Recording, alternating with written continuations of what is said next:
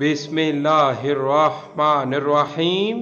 اللہ کے نام سے شروع جو بڑا مہربان نہایت رحم والا ہے، اور درود لامحدود حضور صلی اللہ علیہ وآلہ وسلم کی بارگاہ خوشبودار کے اندر ہدیتاً عقیدتاً محبتاً نذرانتاً تحفتاً مودتاً ادباً پیش کرنے کے بعد سینکڑوں چاند اور سورج، ایک مرید جو کہ فنائے قلبی کے درجے پر فائز ہو چکے تھے، اپنے مرشد کامل کے پاس حاضر ہوئے اور دیکھتے ہی چیخیں مار کر رونا شروع کر دیا اور بے ہوش ہو کر گر پڑے۔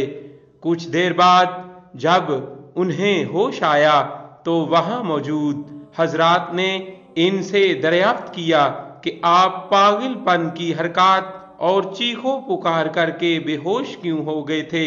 کہنے لگے، کیا عرض کروں، سینکڑوں چاند اور سورج ہیں جو کہ محمد عربی صلی اللہ علیہ وآلہ وسلم کی قبر اطہر سے نکل کر میرے مرشد کے قلب و جاں میں سما رہے ہیں۔ ان کی روشنیوں اور تجلیوں کی تاب مجھ میں نہ رہی اور پھر میں بے اختیار ہو گیا۔ پھر ایک مرید خاص نے مرشد کامل سے پوچھا کہ آپ کے فلاں مرید نے سورج اور چاند دیکھے، وہ کیا تھے؟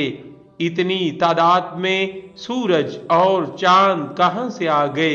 مرشد کامل نے آہستہ سے فرمایا، اس وقت میں توجہ قلب سے رسول صلی اللہ علیہ وآلہ وسلم پر درود شریف پڑھ رہا تھا۔